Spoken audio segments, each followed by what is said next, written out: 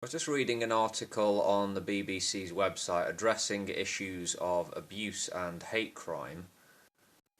Hate crime is or can be a tricky one from a legal perspective, as Dominic Cassiani, who wrote this piece, points out, if I may quote the Home Affairs correspondent. Hate crime is any criminal offence which is perceived by the victim or any other person to be motivated by a hostility or prejudice. The difficulty is working out where the line is drawn between that and words that are simply offensive, unquote. So the CPS, Crown Prosecution Service, in England and Wales has revised guidelines for prosecutors. And it says online abuse should be taken as seriously as abuse on the street or in the flesh, face-to-face abuse. The Director of Public Prosecutions, Alison Saunders, said, "Whether shouted in their face on the street, daubed on their walls or tweeted into their living room, the impact of hateful abuse on a victim can be equally devastating," unquote. I'm inclined to agree with that statement, the operative word being can. But for me, personally, some dickhead calling me names online is what it is. I've been on this site online for years. It's abusive, offensive crap, whatever. It's par for the course at this point. I'm not saying it's okay, but like many other people on this site or elsewhere, I'm kind of used to dealing with dicks at this point. It's a troll culture on YouTube. I'm thinking, though, I would react or deal with someone coming up to me on the street and calling me a cunt or a queer or a piece of shit, whatever. Yeah, I deal with that differently. I suppose it depends who I was dealing with, how I would,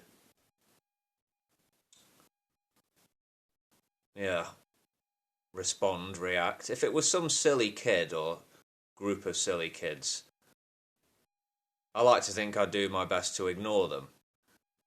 If it were some grown adult coming up and getting in my face, I don't know, that could potentially escalate into a dangerous situation.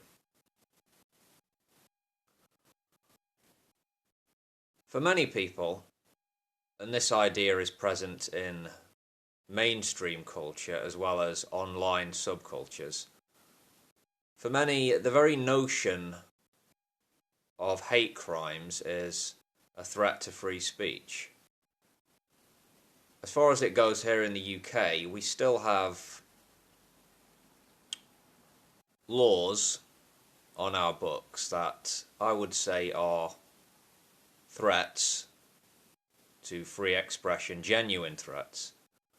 Overly broad laws which are open to misinterpretation. That's dangerous.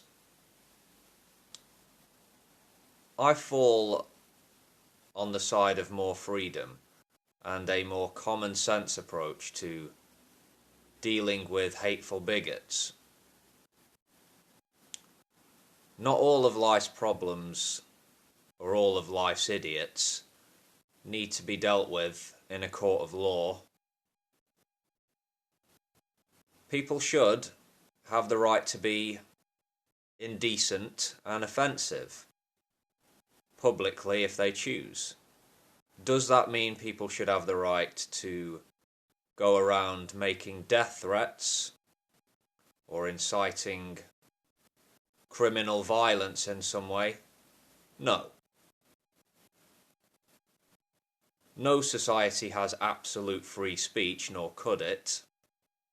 You have to have some rules in place or civilization can't survive. But unjust laws, as we have seen, can victimize people. We've seen this time and again, for example, with libel laws in this country. Should people have the right to be racist, homophobic, transphobic, Islamophobic, or whatever flavour of arsehole they like? Yes, they should. Does that make their positions okay or morally justifiable? No. Should bigots be challenged and called out publicly? Yes. Call out bullshit. Call out loathsome behaviour.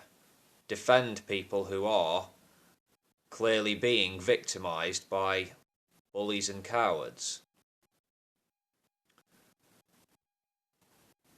But when push comes to shove, the law should be a defender of free expression and free inquiry, a defender of offensive or unpopular opinions. It should.